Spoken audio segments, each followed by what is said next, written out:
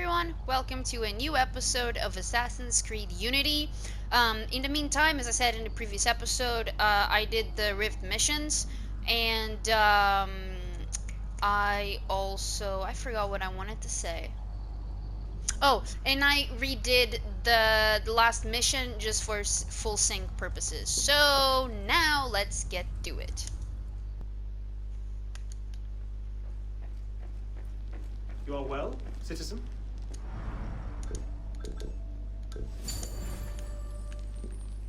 Thank you.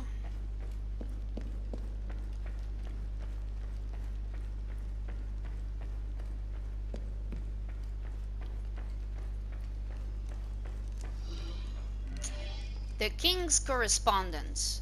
The King is in possession of certain letters that might incriminate the assassins. Find them and destroy them before the mob gets a hold of them.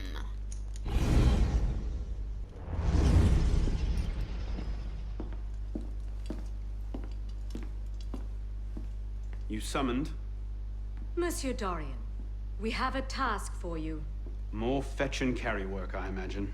2 master assassins are dead, one by your own hand in defense of a Templar. Count yourself lucky this is the extent of your punishment. And Germain? It's none of your concern. Last night, the Paris Commune declared itself an open insurrection against the king. As we speak, 20,000 armed revolutionaries are laying siege to the Tuileries. Even the National Guard are on the brink. Some of them have thrown in with the revolutionaries. France is splitting at the seams. And this doesn't please us? The people are fighting for what is owed them. Liberté, égalité. If we danced about on a simple scale in need of balancing, you'd be right. But the truth is more complicated. In putting Mirabeau's affairs in order, we've come across certain correspondences of a royal nature. Mirabeau's in contact with the king. And he was rather less discreet than he should have been.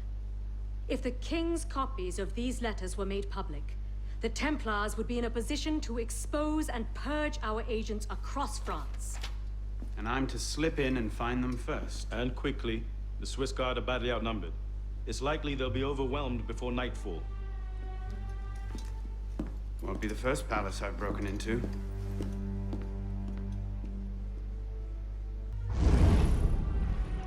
Ready? Aim! Fire! Good work. Back to your posts.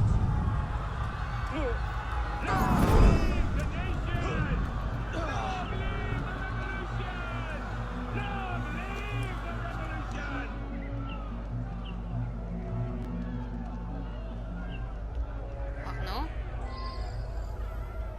Jesus, game.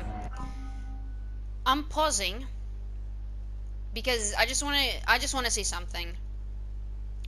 So, you have the Grand Master of the Assassins, which was murdered by one of the assassins, and Arnaud gets blamed for killing the one who killed the Grand Master.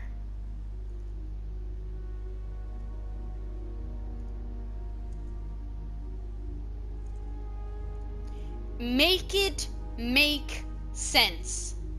It doesn't. There's nothing in the story of the game that makes sense. Nothing. And fuck yeah, I'm pissed. Alright. Alarm and covers.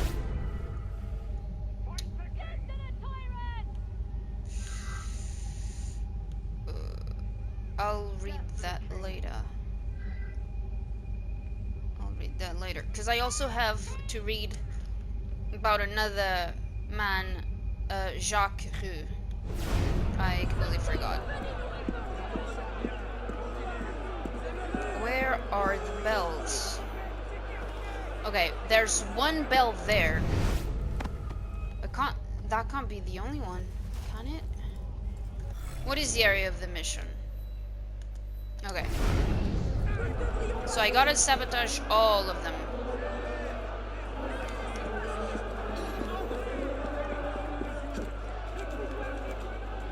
Honestly, the quality of rhetoric amongst bloodthirsty rioters these days. What?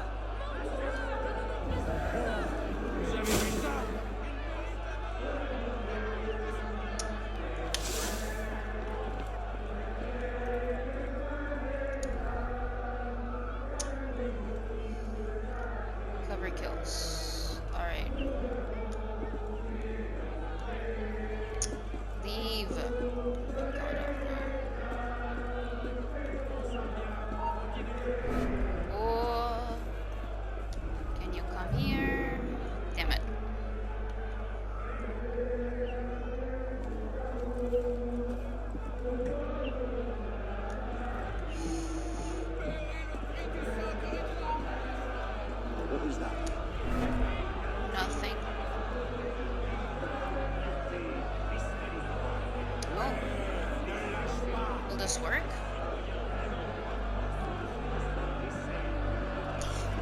It works! Alright, we have one!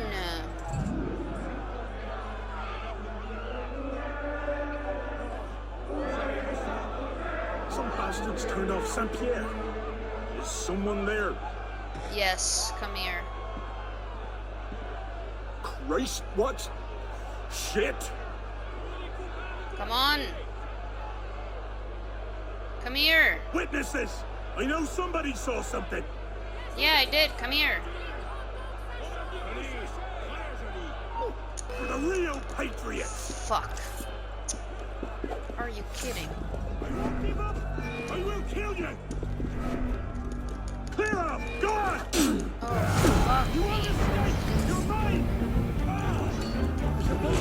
No, okay. There's no need to act like a maniac, alright? Alright. Oh, shoot. Alright, hold on. Oh, there's a shield there. Oh! Any sign of the tyrant?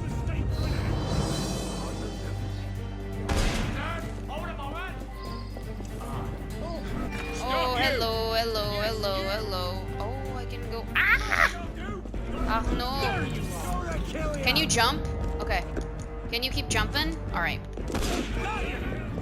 Bum bum bum bum bum bum bum bum bum bum bum bum. Damn it. That would be too easy. Alright. Guys. Oh. Come on, brat!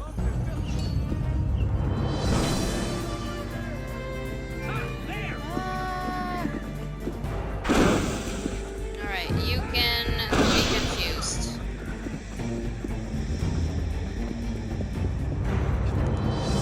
No. Be smart. I'm not sure. Person! Does this work? No. Fuck.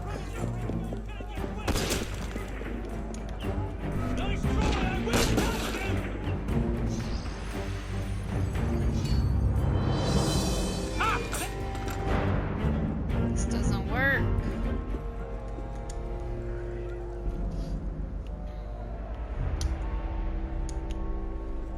Well, this means that the first one is ready.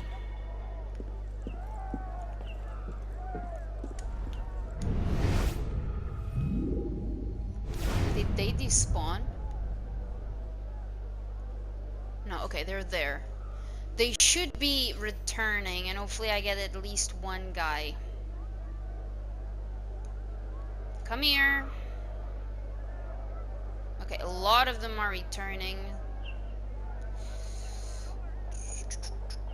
I mean, they're gonna see the body here, so... Come on! Coming for us now, are you? Dead? Yeah, I'm gonna get detected, but it's Dad. fine. Someone got Michelle. Hey, who's coming after Jacques? Bloody hell. How? I was in cover! Jesus, game. Blindsided. Die like a man. I'm gonna just be done with it. Alright. Oh. Too slow. What?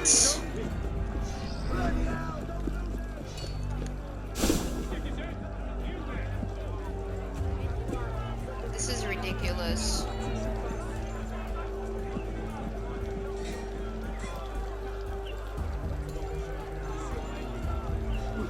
Follow. Shortcut.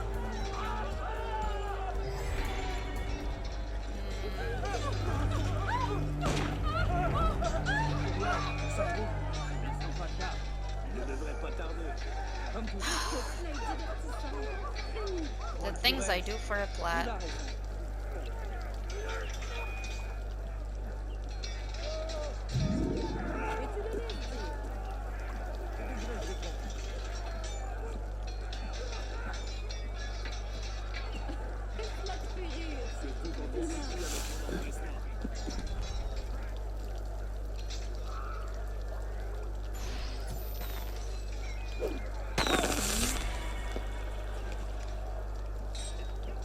Je crois que... Je crois que... Oui. Eh bien, ça réveille autant que le café. Where did he? Something's not. I can't believe I did that. Oh non. Eh, savez-vous? Tu n'as rien. Oh.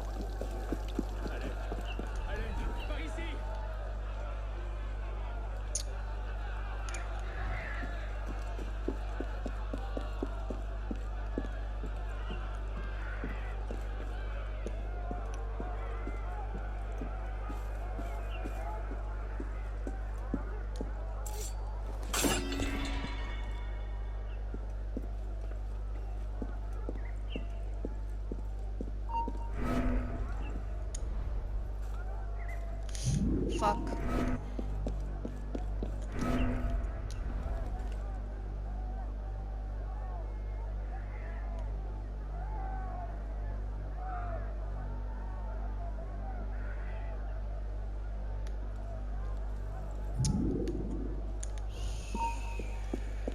What was that?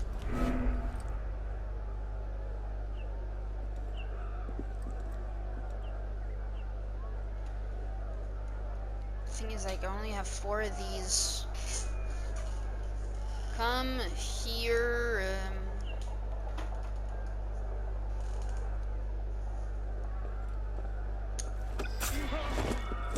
Oh, okay. Heck yeah. I'm sorry, what?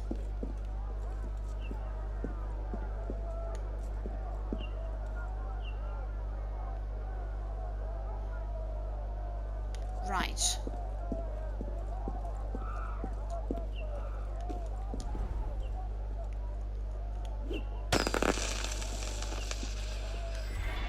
Come near me! You're a dead man! Come on.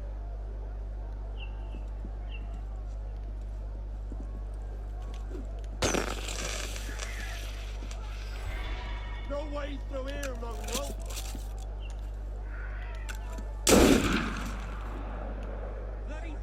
Oh, Christ! That's bad! What's with the commotion?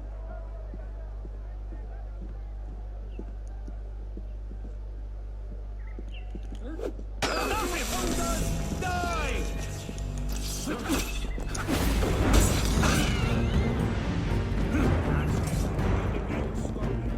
You can't escape! You won't bloody lose me! Fuck, Arnaud. Chip's a sinner! Shoot him! You won't shake me! There you are!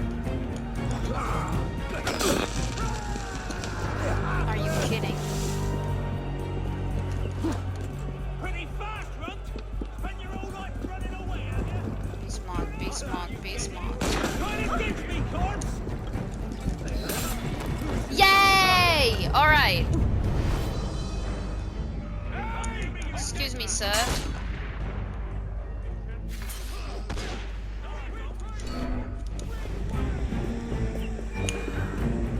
The bells, the bells, the bells, the bells, the bells, the bells. Oh. It worked. Okay, where is the bell? Over there.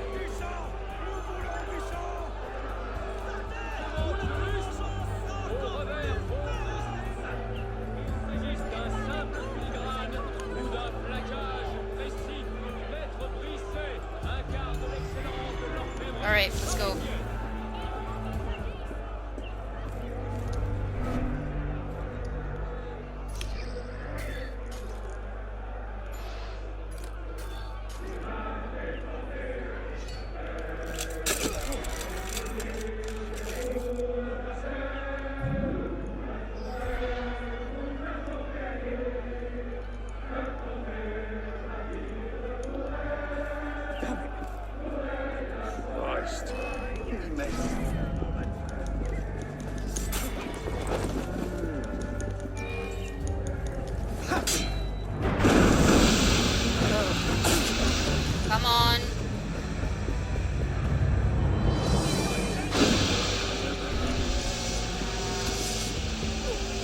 right.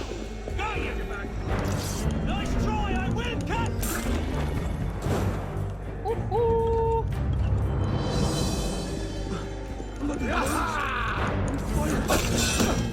All right. Let's fight then.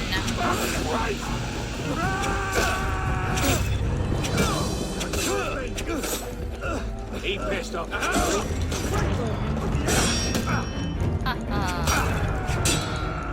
I'll have your guts!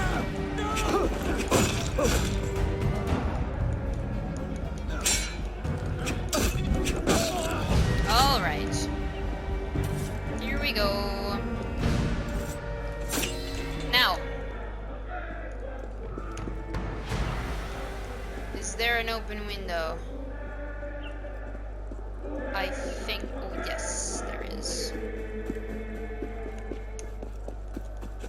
At least it looked open. Murderous scum! Come on. Come on. Arnaud. Come on.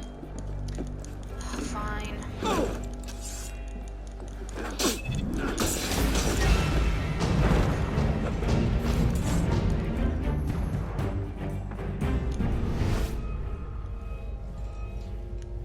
All right.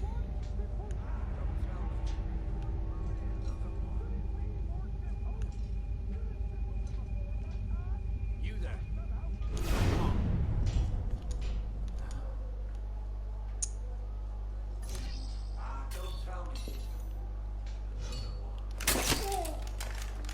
All right.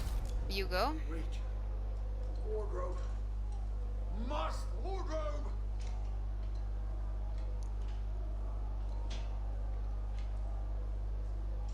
Why are you not attacking? Of course you had to glitch. Why is that man like that?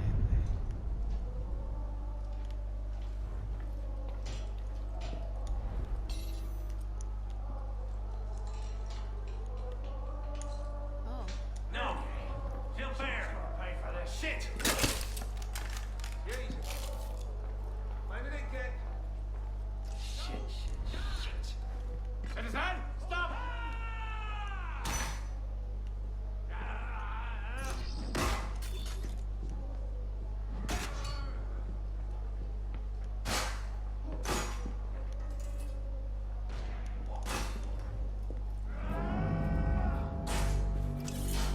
Why?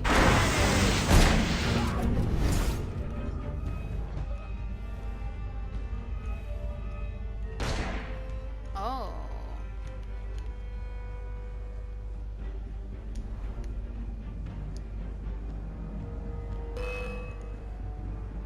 Too slow!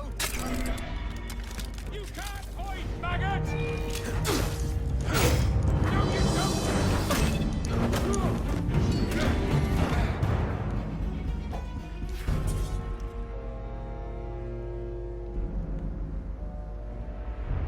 Well, I'm just gonna...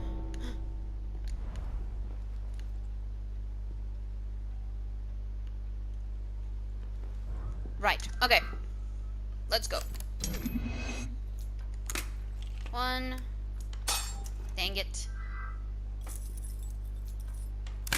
Yay! Mwahaha. Back! Back! Stay away! Oh.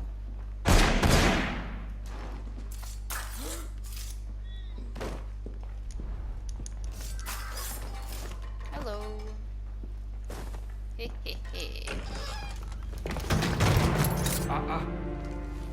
Napoleon. You certainly don't look like a blood-crazed revolutionary. The hood is a bit sinister, though, if you don't mind my saying. Serving as rear guard, are you? Convenient how that puts several locked doors between you and the fighting. Oh, I'm not here at all. Not officially, anyway. But how often does one find the opportunity to poke about in a king's private study? Looking for anything in particular? State secrets, private correspondences, personal treasures, that sort of thing. I do hope we're not eyeing the same prize. Name it. Certain letters written to the king, ripe for misunderstanding, should the wrong men find them. I see.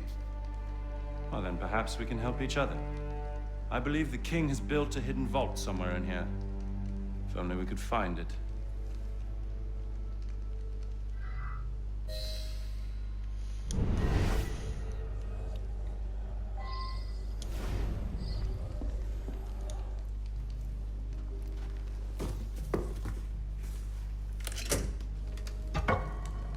You were saying? Very nicely done, my friend.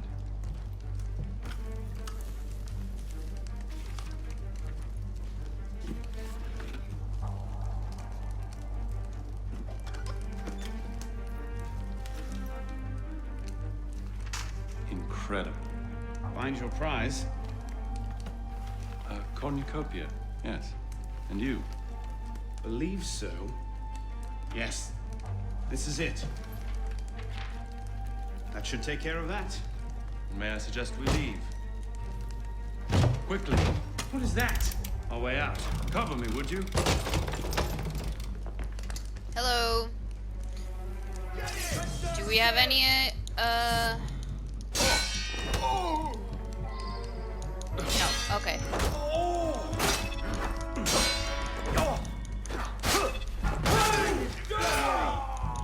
You are a demon with a blade. There! Well done.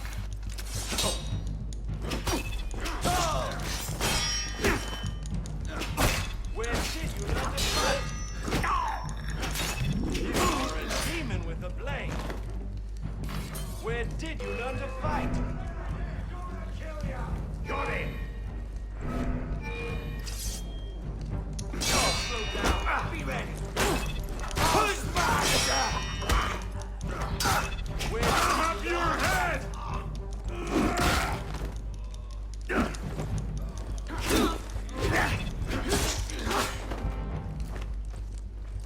Just a bit longer.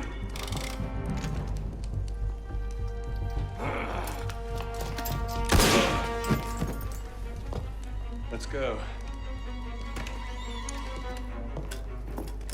Search everything! I want those documents! Him! Damn! Yes, Captain Rui has that effect on people. Friend of yours? Persistent thorn I haven't quite managed to pluck out. He has information I need. I need to get back up there. In this mess, you'll never find him again. Come with me, I have a better idea. You handled yourself well back there. I don't suppose you've ever considered military service?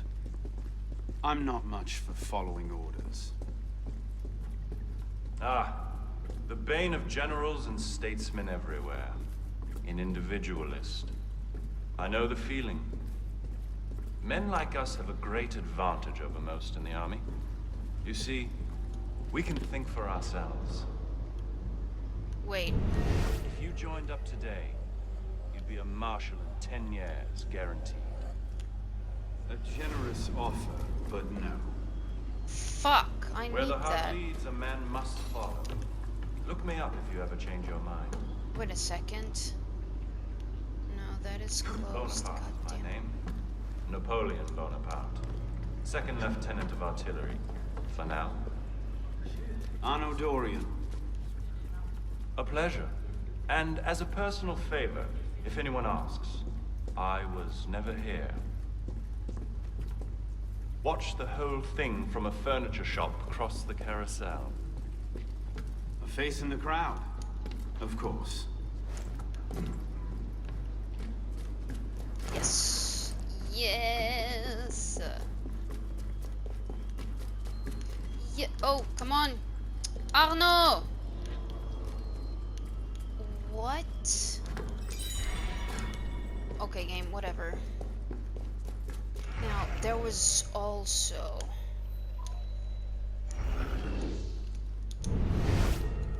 this thing. I wonder if I can find it. Alright.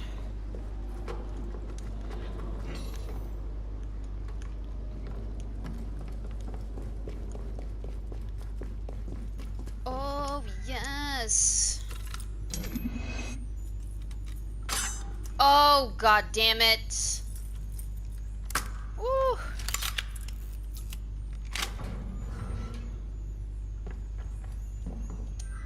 Alright, here we go. Oh, Lord.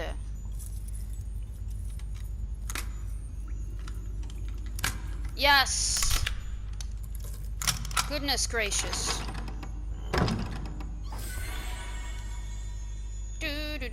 Do. Thank you, mister. Come on.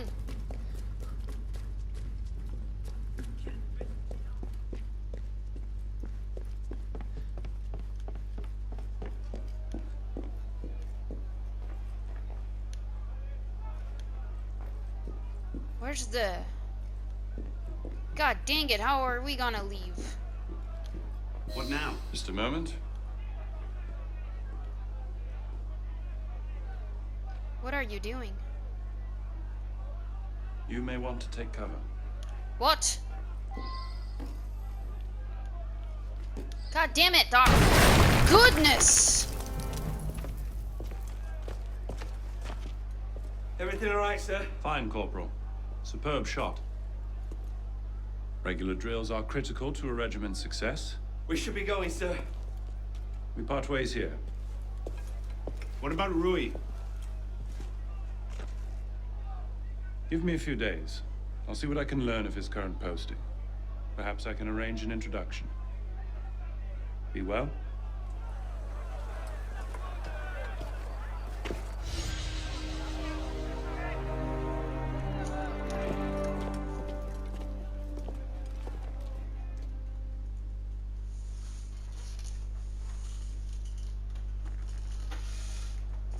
God damn. Alright, let's read the database. And I actually forgot to read about one person called Jacques Roux before. So, people. Frédéric Roux.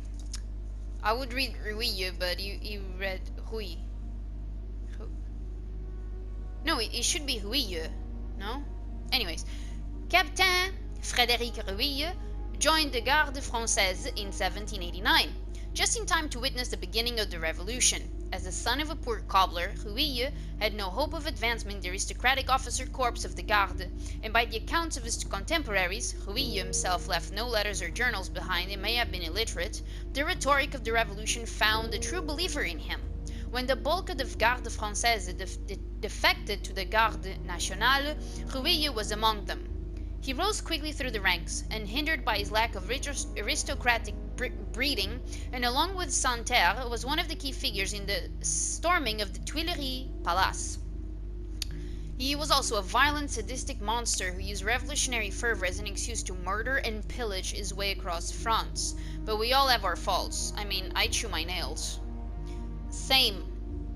I chew my nails and I wish I didn't. Pierre Bellec. Born in New-France sometime around 1740, Pierre Bellec joined the French colonial militia at the age of 16 at the start of the 7 Years' War. He served with some distinction, earning a commendation for valor at the Battle of Fort Bull, but mustered out and traveled to France in 1762. As luck would have it, just barely missing a massive purge of the colonial branch of the Brotherhood by the Templars.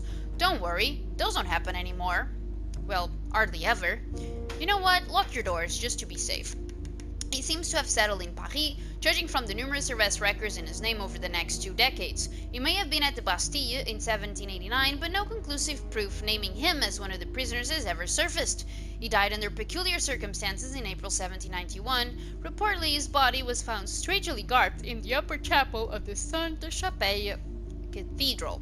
To this day, the surest way to start a fight in a room full of assassin historians is to shout, "Bellec was right!" Or really, Bellec was wrong. Either way, either that or a kick to the shins. Many assassins historians have phenomenally weak shins. Where is Jacques Roux? Jacques Roux, ordained in 1779, the son of an infantry lieutenant, served as lowly vicar or vicar, I don't know, in the Diocese of Saintus. Santa? I don't know. He encouraged those who took part in anti-feudal peasant movements to come to the parish to which he ministered. Promptly removed from his parish, the Red Priest took refuge in Paris. Not the best nickname, is it? I mean, it's hardly the Black Widow. He just sounds like a permanently embarrassed member of the clergy, which these days is many of them. Rue would soon earn the moniker of Petit Marat, preaching to the Cordeliers club. His rhetoric became increasingly incendiary. He encouraged the looting of shops on February 15, 1793. All his actions focused on the issue of livelihood. The working class, the only useful to society, was dying of hunger. He petitioned for the punishment of speculators, usurers, and employers who exploited their workers, all of which sounds completely reasonable, which is why you need to keep reading. On June 25th, 1793, he proclaimed his manifesto of the Éranger to the National Convention. He was booed out. By June 28, he was violently denounced by Robespierre, who had him expelled from the Cordeliers. Marat also turned against him, denouncing him as a false patriot and a criminal in his newspaper L'Ami du Peuple. No sooner had Marat met his death than Rue took over the newspaper. He lambasted the slowness of the guillotine and the absence of any real social measures. You have to admit, too crazy for Robespierre allowed this gentleman to take his place as a member of a rather select group. The guillotine is too slow is not a complaint you will have heard from many people of the time. He would later be imprisoned at Sainte-Pélagie, where he continued to write his journal. He was removed to another prison where he succeeded in stabbing himself mortally. On February 10, 1794, the preacher of the Sans-Culottes had failed to develop a viable political system, but had nevertheless been the voice of the oppressed. That's right, he stabbed himself fatally. You know, the way people often stab themselves. No assassins involved whatsoever, just one of those violence-sustained self-stabbings. He's actually a target in one of the co-op missions, so that's why is the final note is there. Groups. Swiss Guard. Oh, sorry.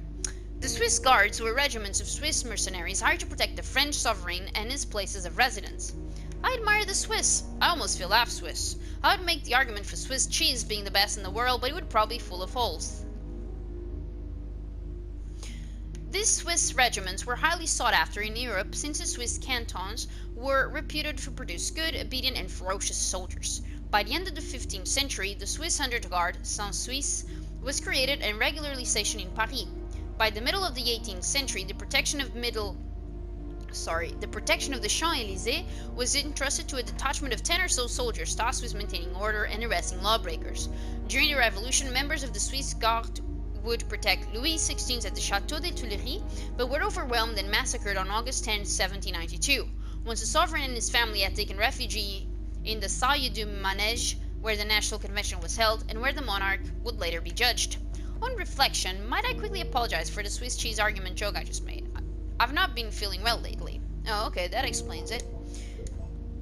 Misc events. Yes! 10th August. On August 6, 1792, a crowd gathered on the Champ de Mars once more to petition the king's deposition. An atmosphere of besiegement reigned in Paris, but it was not against foreign enemies that the insurgents sought to defend themselves, but those from within. Those who were in a position to derail the revolution. Jacobins and Cordeliers took refuge in the Paris City Hall along with 7,000 soldiers. The king stood in his positions at the Tuileries Palace from 2,000 to 3,000 men, mainly Swiss guards. On the night of August 10th, with the monarchy just hours from its impending doom, the tocsin sounded to mark the beginning of the revolt. The insurgents wanted to ensure that the king would be unable to regain his rights. The fighting was swift and brutal. The Swiss Guard were massacred almost to a man. The king, meanwhile, took advantage of the confusion to slip away from the palace and place himself in the hands of the National Convention. Funny how the noble are so rarely the first to act nobly. Ultimately, the assault led to the demise of the Legislative Assembly, the formal abolition of the monarchy, and the creation of the National Convention. It would also lead, less directly, to the September massacres a month later. Assassin Intel. Alright, so this is from the... These are from the rifts. So, Phoenix Project Report. Note. Melanie, this is one of the documents I mentioned. Now that your security clearance has been raised, I think it's time you understood the full picture. AG. Level 8th security clearance only. It is a federal international crime to read or possess these documents without proper authorization. Charter, Special Appendix C, NGO, and corporate benevolence waivers. Violators will be punished to the full extent of the law. The Phoenix Project Special Reports, 15 September 2014, covered in this brief. Successes, challenges, next steps. Part 1. Successes. While the general public remains content to generate amusing tornadoes of sound and theory over the basic facts of evolution, we have made such incredible progress in our study of the precursor hominid species that it renders these minor squabbles utterly irrelevant. Our advances, achieved through decades of diligent research and ingenious experimentation by Abstergo's best and brightest, have finally led us to a full understanding of the teleological origin of our species. We are now prepared to embark on our third major phase of research into our progenitor creators, Homo sapien divinius, HSD thereafter. The first stages of Abstergo's study of HSD began with nominal efficiency in the 1950s following Rosalind Franklin's pioneering but censored discovery of triple helix DNA. Our scientists achieved further success in the late 60s with the discovery of the fossilized remains of 4 HSD specimens near the base of Mount Kilimanjaro. Evidence of this precursor race had already been the subject of speculation and rumor for many centuries before, but with modern scientific techniques, we were able to confirm their existence beyond any doubts.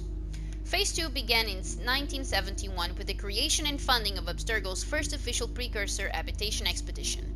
By the end of that decade, 7 large-scale Denisovan, sites located in Europe, Africa, North America, and Asia had been discovered and partially excavated.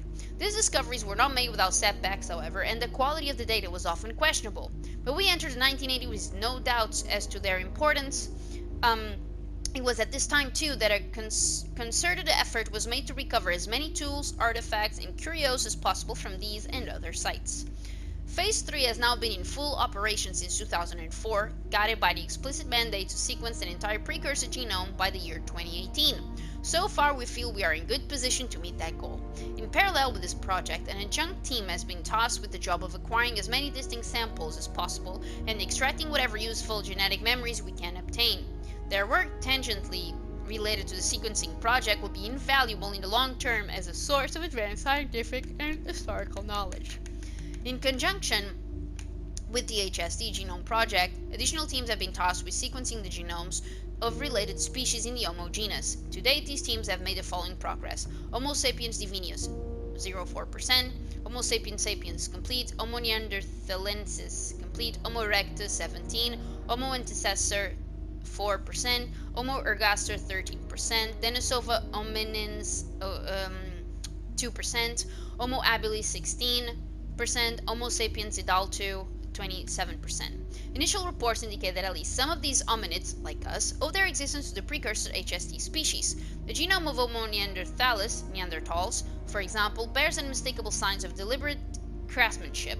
Further archaeological evidence indicates that Neanderthals may have been explicitly designed and built as a military or expeditionary force.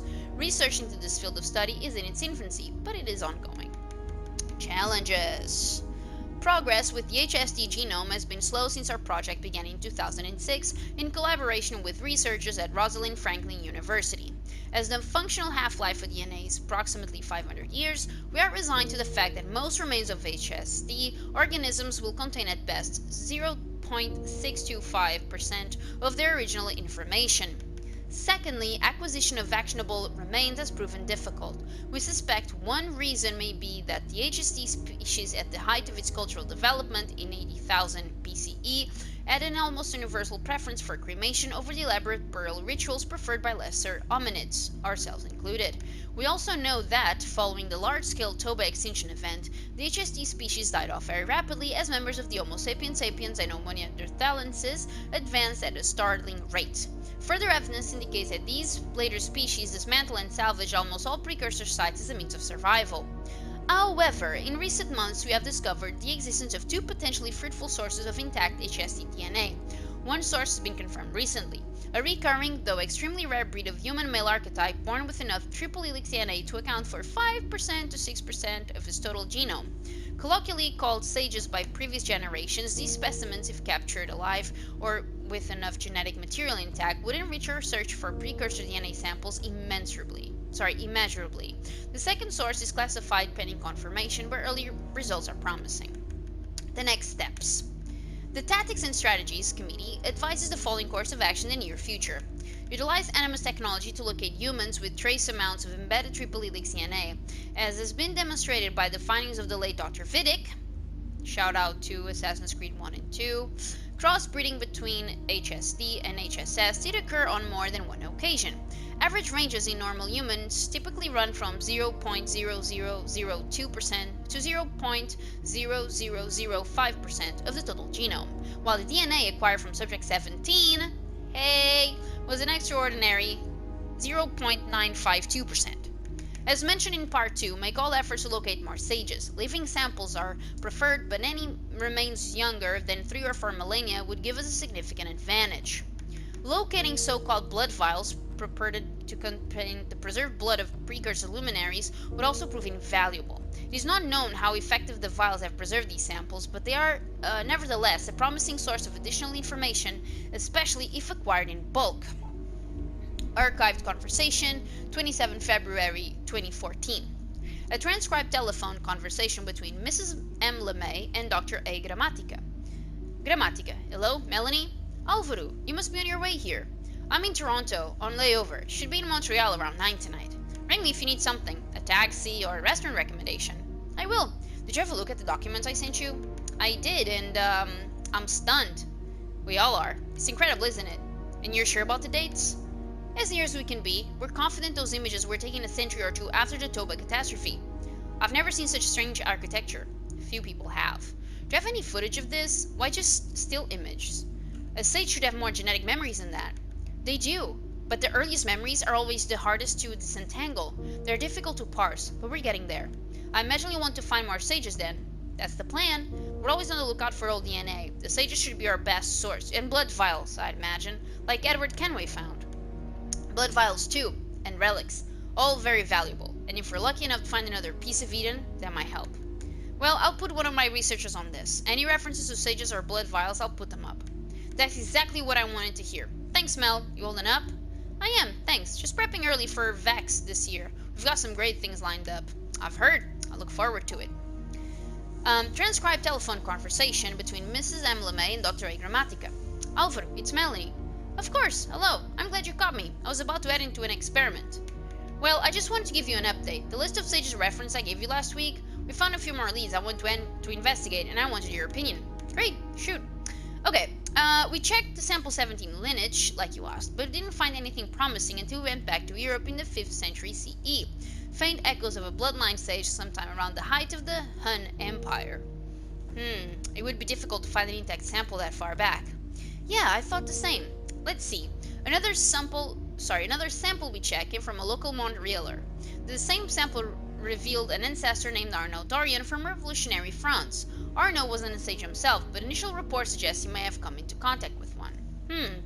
That's promising, but not ideal. I'd rather find a bloodline sage, not someone who met one. What else? Ah, one more. A singer named David Jones from England, mid-20th centuries. No further details on this one, though. Better. But the name David Jones, that could be any one of 1,000 people. That was my worry too. Let's look into the Frenchman. It's possible we could find something. Good. I'll put him on the back burner though. We have other leads I like to follow first. Whatever you think is best. Thanks, Alvaro. I'll keep you posted. Public Relations Primer. Evolution by Natural Misdirection. A Public Impression Management Primer. By Dr. Alvaro... Okay. Hold on. Alvaro. And then...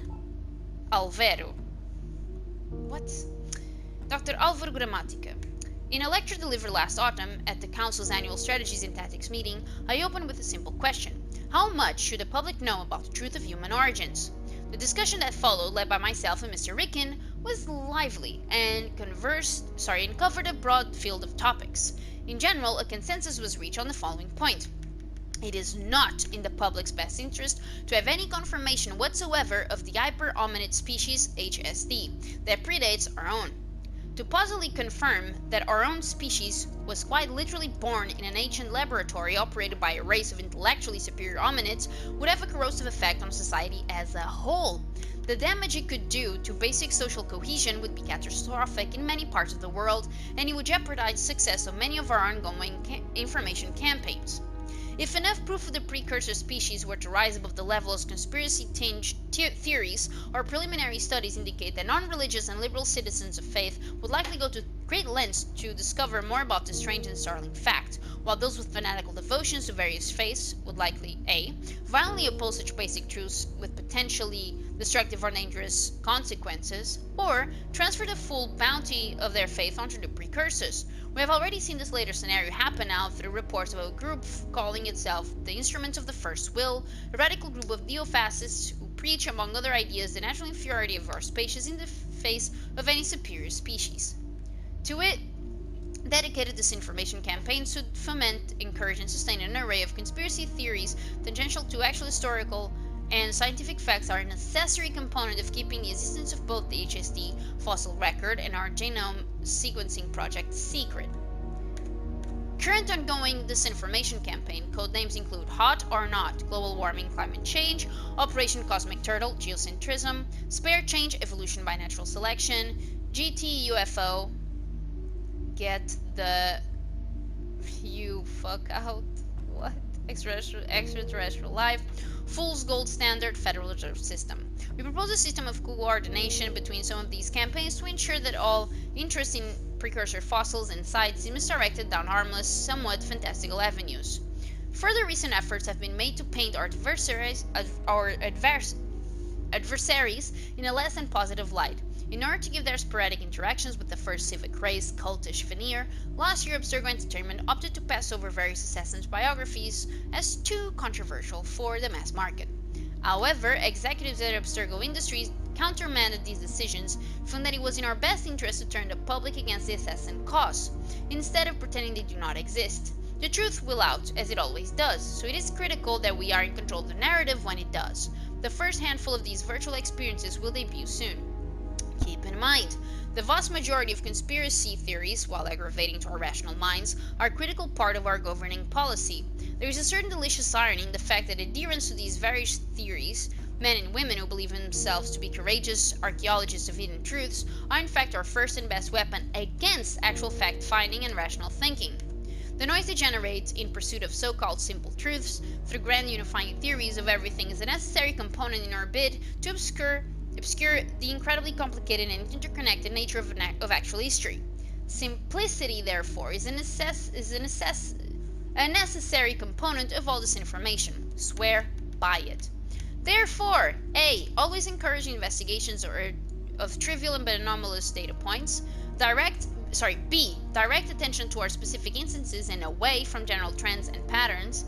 C. Always insist that some simple truth is being obscured, even when the reality of the situation is incredibly complex with many interdependent facts. Additional business. We settled on the name Phoenix Project as our codename for a DHSD genome sequencing endeavor. In light of this, our disinformation campaign to obscure the true facts of this endeavor will be known as Phoenix Rising.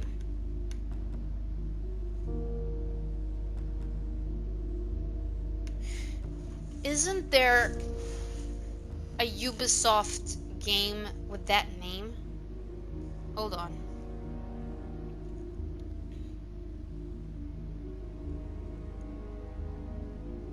Yeah, there's a game by Ubisoft called Immortals Phoenix Rising, but the spelling is different. But that's kind of funny.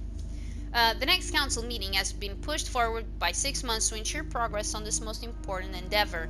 We will meeting in Brussels, Belgium on June 6, 2014 to coincide with that other event, since most members of the council will already be present. Until then, contact Letitia if you have any questions. Potential Sage List. Level 5 security clearance only. Is the federal... Okay, so I already read that. It's the same thing before. Alvaro. Here's an updated list of genetic memory fragments and textual sources that refer or belong to known hyperhominids, also known as sages. Please note that this list does not imply that we have sufficient genetic memory data to directly access these experiences, only that we have located potential hotspots for investigation. There have been a handful of other references to sages and so-called immortal beings throughout history, but I have not listed those within sufficient specificity. The list is in reverse chronological order, beginning in the present and receding into the past. John Standish, born in 16 August 1975. Status: subject deceased, samples extracted, body preserved. David Jones, possibly English, born in the mid-20th centuries, unknown whether it's alive or dead. In the 1970s and 80s, a few scattered reports of a man resembling a sage surfaced. He was said to be otherworldly, extraterrestrial, and possessed by multiple personalities. So far, these reports have proved inconclusive. Indian. In India, around 1885, we have a lengthy series of memories that take place during the creation of the Indian National Congress, in which a sage is reported to appear. As yet, however, we have had no direct confirmation. Our search is ongoing. This here has to be Arnaud. John Bartholomew Roberts, born in 1682, Wales, killed and disposed of by the assassin Edward Kenway in 1722, off the coast of Africa. His body was never recovered. We are currently searching for genetic memories belonging to members of his crew and those who knew him well. Thomas Kavanagh, Boston. Our knowledge of Mr. Kavanagh comes from our research into the life of Edward Kenway, gleaned from a series of letters collected over an 8-year period in the early 1700s. It is believed Mr. Kavanagh passed away somewhere on the northern shores of Jamaica at some point around 1706, but no intact genetic material has ever been recovered from the sage or from people who knew him. Late 14th, China. Hongwu Emperor's reign. Multiple references taken from 3 separate text sources contain descriptions of a probable sage living in the early period of the Ming Dynasty. All 3 sources refer to the sage as a Confucian scholar and member of the emperor's court. 6th century, Byzantium. During Justinian's reign, a fragmented series of memories from a Christian bishop point to the possibility that a member of his congregation was sage. We are currently mining for further memories from this period. The Wanderer, born Judea, believed to have encountered Christ en route to Golgotha. All references to the sage are anecdotal, however, awaiting further information. There's no way Ubisoft will release a game where we'd meet, like an Assassin's Creed game where we would meet Jesus Christ. There's no way. That's way too risky to, like, you just get people go apeshit over it. Give me just a moment. I need to make a new recording so I can continue reading these last two database entries. Alright, so let's continue. Reconnaissance memo. Doctor, your concerns regarding the observatory have been noted. I am inclined to agree. However, my status as guardian requires that I first confer with my 2 colleagues, after which point we will pass our judgment on to General of the Cross. If she has any concerns with your proposal, you will be apprised within the week. If you hear nothing by August 2nd, 2014, proceed as you see fit. If we do proceed with your plan, I will contact our grandmasters in Cuba, Mexico, and the United States to get a read on the situation. With luck, the site will be undisturbed. This is probably wishful thinking, that there is a good chance the assassins still have some sort of surveillance over the site. As we discovered last year in the course of our Kenway investigation, the Caribbean Brotherhood appointed a small faction to protect the location at some point around 1723. We don't know if their stewardship is still going. To echo your sentiments from our last discussion, I too believe the missing blood vials are of critical importance to our current Phoenix project. Locating these will be a boon, but we should not ignore the value of the skulls as well. In canny hands, the technology found the skulls could lead to another organization cracking the genetic memory code.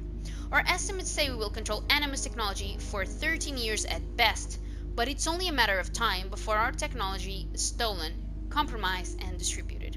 We know the assassins have long had access to critical pieces of our technology, but they have not cracked the puzzle of surrogate DNA, how to extract it, how to sequence it, etc. And we need to ensure that does not happen for a long time. Then there's that other problem, but I'm waiting for a full analysis to fully understand exactly what she is and what she is capable of before going into panic mode. At the very least, we know she's capable of rather grand disruptions around the world, so keep your security tight. We'll be in touch. AR. And finally, reconnaissance report filled by Otso Berg. 23rd May 2014. Flight to Kingston was smooth. Customs a breeze, no hassles. Calling GM to confirm expedition on the 25th is a go. Update, we are on schedule. 24th May. Travel from Kingston overland to Montego Bay. Travel time 5 hours. Multiple stops. Met GM at his home. Dinner at 19:30. Discussed plans. Heading for bed just before midnight. 25th May. Set out this morning at 10:30 a.m. in 3 separate trucks to site location. Based on geotag data taken from multiple Sample 17 archive files, we fixed on a position within 20 meters of LAT. Blah blah blah blah. So these are coordinates. The area is lush with vegetation and trees, with a few well-maintained roads nearby. The site we have settled on is a few hundred meters from the nearest road. 11:43. After 1 hour of searching, we have located an earthen mound whose layout bears some resemblance to the structures observed in the canopy footage provided to us. Digging will commence at 1 p.m. 6:46. We have made a visual confirmation that this site bears traces of precursor architecture. However, we have also come to the conclusion that the magnitude of our task is too immense for manual tools and have made arrangements for 2 backhoe loaders. Delivery is expected tomorrow morning, no later than 10 a.m. 26 May. Backhoe loaders have arrived late following a confrontation with the proprietor of the rental company. Our scanners found active GPS devices on the vehicles, a safeguard against theft, no doubt. When we requested that the devices be turned off, citing sensitive archaeology concerns, the man refused. A decent quality of cash reversed his objections. Digging began just after lunch. 27th May. We have located what appears to be the entrance to one of the false rooms of the compound. Nothing of import was located here, save a small glass bottle dating from the late 17th or early 18th century. The bottle was empty. We will refocus our efforts tomorrow. In the meantime, however, we dwell on this. Based on the examination of the accumulated vegetation and various soil samples, we have come to the conclusion that this site was deliberately buried between 200 and 230 years ago. None of the accumulated earth here is natural. This may suggest a radical shift in the assassin's stewardship strategy or a necessary response to increased Templar interest in the site. 28th May. Multiple setbacks. One backhoe in need of repairs this morning. Then heavy rains for a brief spell. Mud everywhere. 29th May. Progress at last. We have located the primary entrance to the observatory, a dozen or so meters to the west of the first false entrance. Unfortunately, we were not able to proceed farther than 5 meters as an impenetrable mound of rubble and stone has blocked our progress. 13th May. 10 straight hours of moving rubble and no end in sight. My preliminary diagnosis is dire. Based on the lay of the land west of our dig site, uneven, yet with a distinct declivity averaging 4 degrees for almost 100 meters, I have come to suspect that most, if not all, of the observatory suffered a catastrophic collapse at some point in the 18th century. This may account for its burial, and why no further mention of it is made in our own archives past the beginning of the 19th century. More excavations will be necessary, but on a scale the skeleton crew is not equipped to handle. Arrangements are being made as I write. Ooh, that was a lot of reading. My goodness. Alright, and that concludes today's episode. Thank you so much for watching. I really appreciate it, and I'll see you soon.